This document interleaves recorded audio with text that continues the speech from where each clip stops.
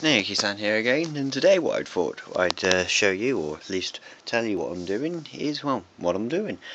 Just call this like a sort of status update video of all the projects I've got going on. Over here we've got the MegaCD, all down and nice and hooked up. The only thing I want to do really is hook up that to the back, and then have the RGB with stereo audio going up to the amp. That's one thing I want to do. Yeah, but it's all working great, not had an issue so far. This is my Master System 2 board. You can tell because it's got the RF modulator and no AV output. And I don't know if you try to see, but I've cut the wires here that used to be the RGB cable, because this was the one half of my RGB cable. However, stupidly, I forgot that you can't activate the RGB mode on a TV unless you have power going down the wire, which I completely forgot about. And this only caters for RGB, ground, sync, and audio. Doesn't cater for power. So, oops. So yeah, this is what I'm currently looking at. I'm trying to get RGB modded into it. And I mean, you might have seen Luke Morse's video where he had a one of these, and he said that he was going to mod it to do RGB. He didn't do RGB, okay? He did composite. RGB is when you have 3 different colours, red, green and blue, and a sync line going to the TV. It's the best quality you can get.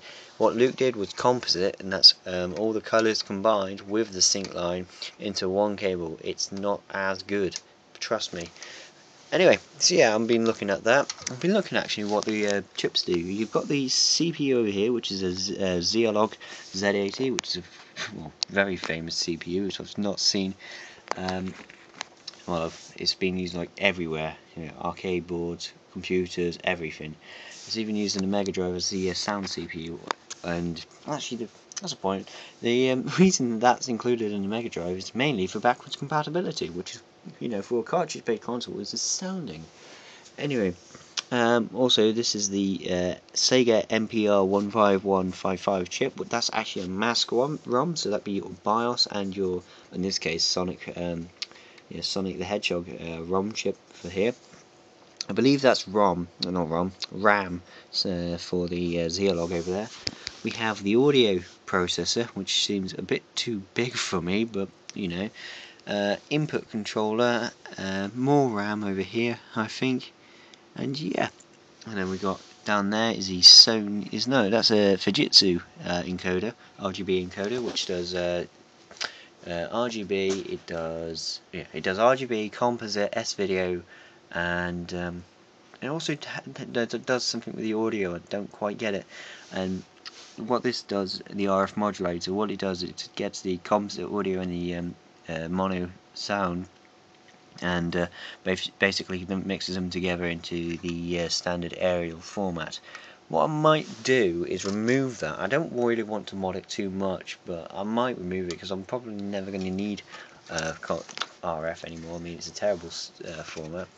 What I might do is get this socket in there. Okay, not this socket, but a similar socket in there, so that when you're looking at it through the case, sorry, very prepared this video, instead of it saying, well, it's going to say RF out, but you'll see that instead, so it will look a bit nicer.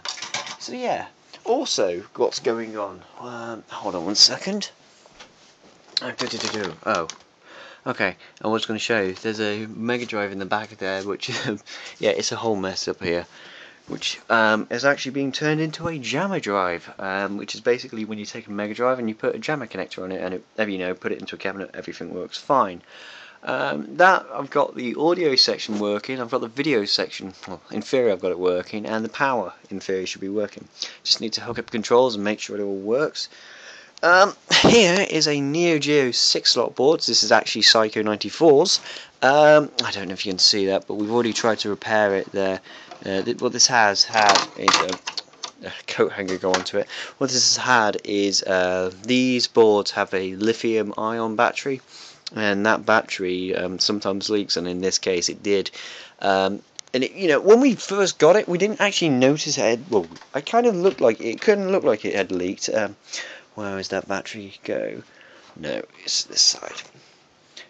Yeah, down in there you won't see it now, but you can see that solder blob. That's where the battery used to be. And we thought, okay, it's not really too much damage, and we thought, oh, it's just a dip switch error, we can easily sort that. And yeah, what ended up happening is, because we didn't really know the battery had been leaking, and it was a fairly recent leak, it was sat like this in a box for best part of a couple of months. We came back to it, and the battery had gone onto that connector, gone to this pill, gone to this side, gone onto that. It's just basically gone everywhere, which is a shame, because it's a nice board, but you can see it's eating traces away, and it's a shame.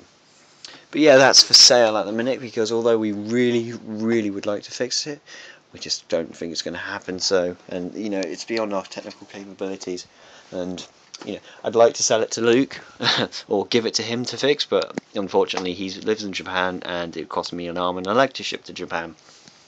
But yes, there's that. What else was there I was doing? Oh yes, where is that?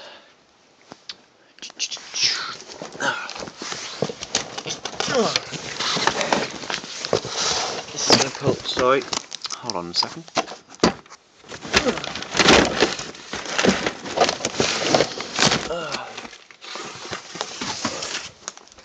My room's a mess. I cleaned it this morning, which is funny.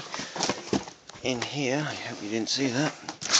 In here is Carnival. This is the original box he came in, and it's a great way of storing your arcade PCBs, if you ask me, when there are boxes which are shipped in. And here's the whole thing. I've still not put the Galileo chips cover back on. And I've had a contact from our guy in London about the ROMs. They work.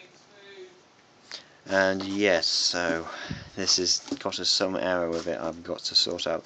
Anyway, I thought I'd give you a bit of an update video into what's going on.